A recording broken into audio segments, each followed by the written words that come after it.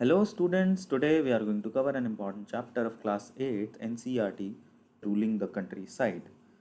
Now before starting the chapter, let me introduce myself a little bit. So I am Raghav Daksh, currently pursuing history honors from University of Delhi College of Vocational Studies. Now let's start our first topic, which is the company gets Diwani in 1765. So on 12th of August 1765, the Mughal emperor made the East India Company the Diwan of Bengal. So a sort of treaty was signed between Mughals and British. Now what was the result of it? This gave the company the right to collect revenue and handle financial matters. So what happened was after the treaty was signed and British East India Company got Diwani rights, this gave the company the right to collect revenue. Okay, because British were now allowed to generate revenue from that land. They were allowed to, uh, tell farmers what to grow on that area to generate profit. Okay, so this was what happened. So they got right to collect revenue and handle financial matters. Though it was mainly a trading company, it now had to manage land and earn income from it. Okay. This change most likely took place in Robert Clive's tent. Robert Clive was the British official at that time. So under his leadership, Diwani rights were, signed. Now, early problems in revenue collection. What were the problems that British were facing during the time of revenue collection? So the company wanted high revenue and cheap goods like cotton and silk. Okay, because these were very expensive in international market like cotton and silk because these are commercial crops. Jute also comes under it. Earlier, British paid in gold and silver, but now they use revenue from Bengal. So what happened was British, even other Europeans too, they used to pay in gold and silver in return of whatever they were buying from India. But now they used revenue from Bengal. So they were taking money from Bengal, from India, and spending that money on buying the products, okay, from India. Now, locals, artisans, and peasants suffered. Artisans were paid poorly, and peasants faced high taxes. So, so the condition was also really bad. Workers were facing, even peasants and artisans were facing hardships during work, and they had to pay high taxes, no matter their financial condition. So in 1770, a massive famine killed nearly 10 million people in Bengal. Okay, uh, so the condition was very bad, and in 1770, a massive famine also came, which killed nearly 10 million people in Bengal. So these were the problems that were faced during the time of revenue collection. Now, let's see what is permanent settlement, which was introduced in 1793. To ensure regular revenue, the company introduced the permanent settlement. Zamindars, landowners, had to collect rent from peasants and pay a fixed revenue to the company. So, these zamindars were appointed. Okay, these were the landowners. They had to collect rent from peasants and pay a fixed revenue to a company. So I have created a pyramid here. So you can see at the top the British government is sitting, and below them zamindars are there who are responsible for collecting revenue from peasants. Okay, so these were the people who used to work on land, on their land, and zamindars used to collect revenue from them, and they had to give revenue to British government. Okay, now the revenue amount was fixed permanently, which was supposed to encourage zamindars to invest in land improvements. Okay, so basically they fixed the revenue amount, that this is the amount that need to be paid every month. Okay, which was supposed to encourage, it was supposed to encourage zamindars to invest in land improvements. But however, this plan failed. The risk, the fixed revenue was too high, and many zamindars lost their land. So the revenue that was fixed by British government was already too high, and many zamindars lost their land because they were failed to collect the fixed amount from peasants. Okay. Later, when agriculture improved, zamindars benefited, but the company didn't earn more. So later on, what happened was agriculture was improved, and zamindar also benefited from this system, but the company didn't earn more as they were supposed to. So peasant had no land rights, paid high rent, and often got trapped in debt. So what happened was peasants were the ones who were facing all the problems during that time. Uh, they had the worst situation going on because they were working under zamindars. Even Britishers were also forcing zamindars to collect more and more tax from peasants. So they were the one who were forced or coerced. Now, Mahalwari and Rayotwari system. What was that? So Mahalwari system, which was introduced in 1822, was introduced in North India by Holt Mackenzie. Okay, village was the revenue unit with the periodic revenue revisions. So in Mahalwari system, basically villages were the revenue unit. The tax was collected from villages. Headmen collected tax from British. Okay, headman was the one who collected tax for the British. But in zamindari system, we saw that zamindars were the one who were collecting tax. In Rayatwari system, it was used in southern India most importantly. Okay? So in South India, it was used by Thomas Munro and others. Revenue collected directly from peasants who were known as ryots or rats. Each plot was measured and taxed accordingly. Officials acted like protective fathers, but demand were still too high. So officials in Rayatwadi system, what was there? It was firstly it was introduced in southern India, by whom? By Thomas Munro and others. Now revenue was directly collected from peasants. There was no middle person in this.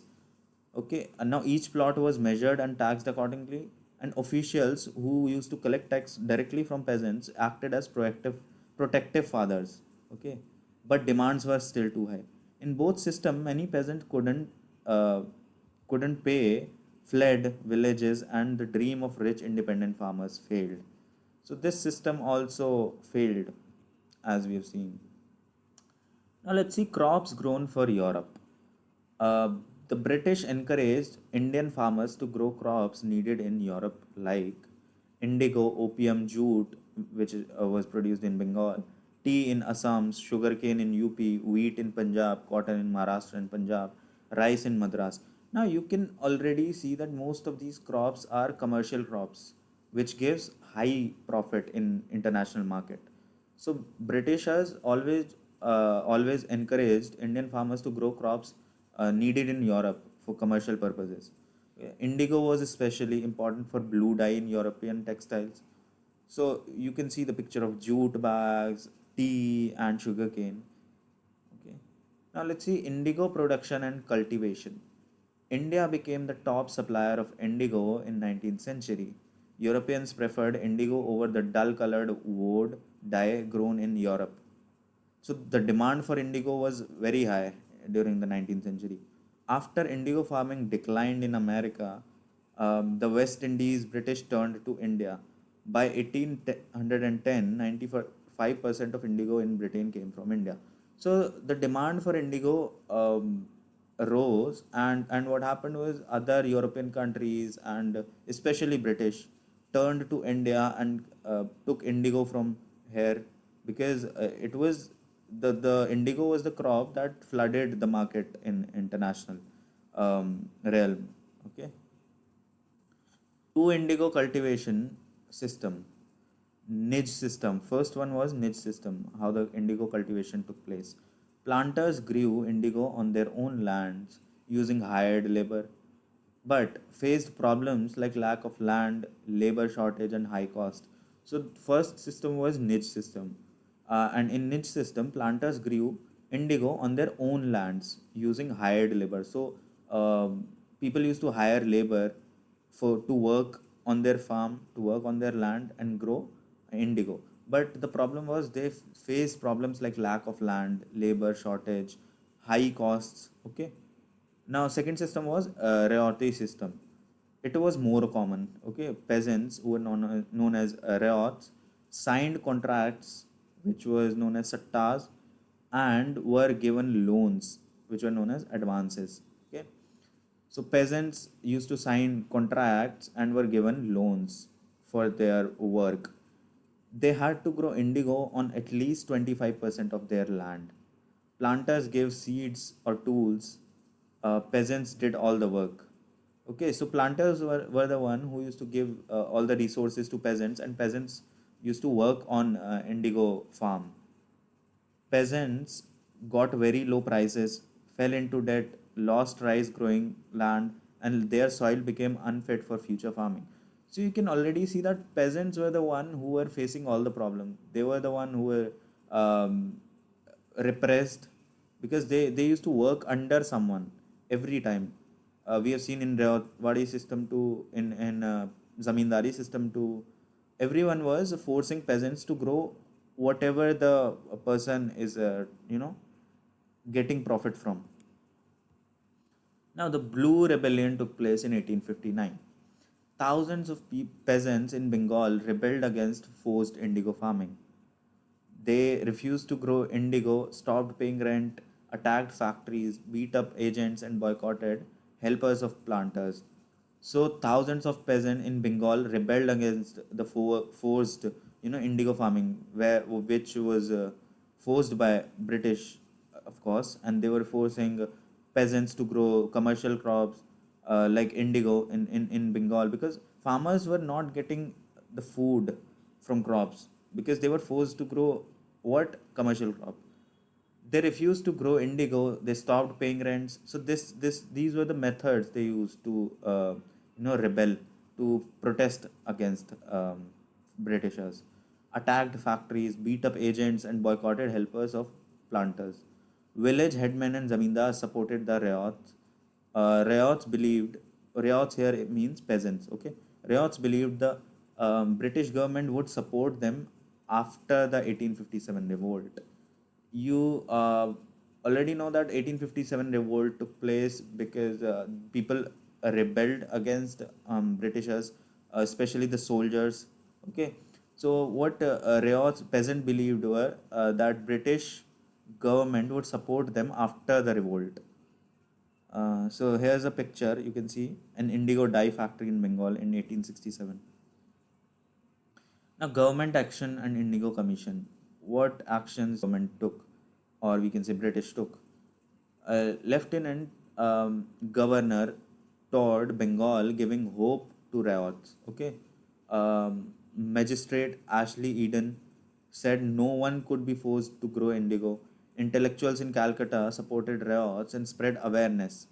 In 1860, the British set up the Indigo Commission, found planters guilty of using force, declared riots could stop growing indigo after finishing old contracts. So what happened was Lieutenant Governor visited Bengal and gave hope to riots, to peasants, that everything will be fine later on.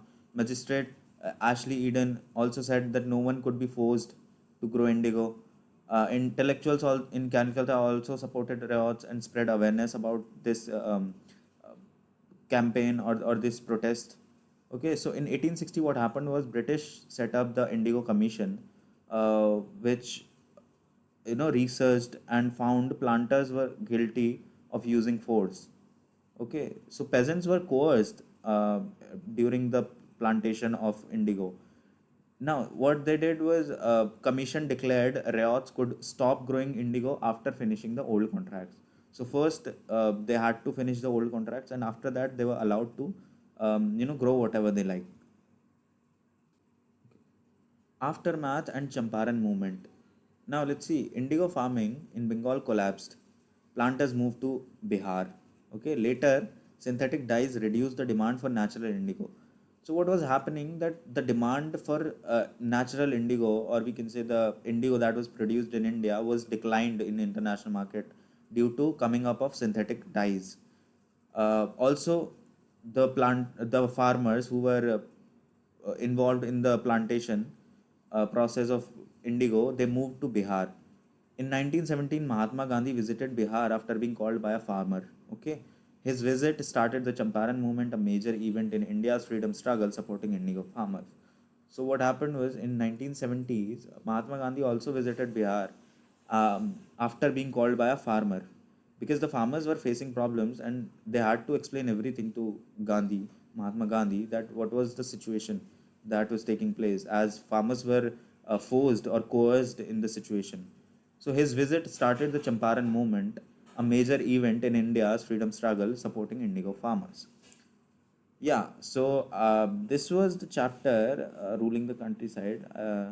I hope you understood it. I think we are at the end of the chapter. And yeah, so if you have any doubts, you can ask in the comment section. Till then, take care.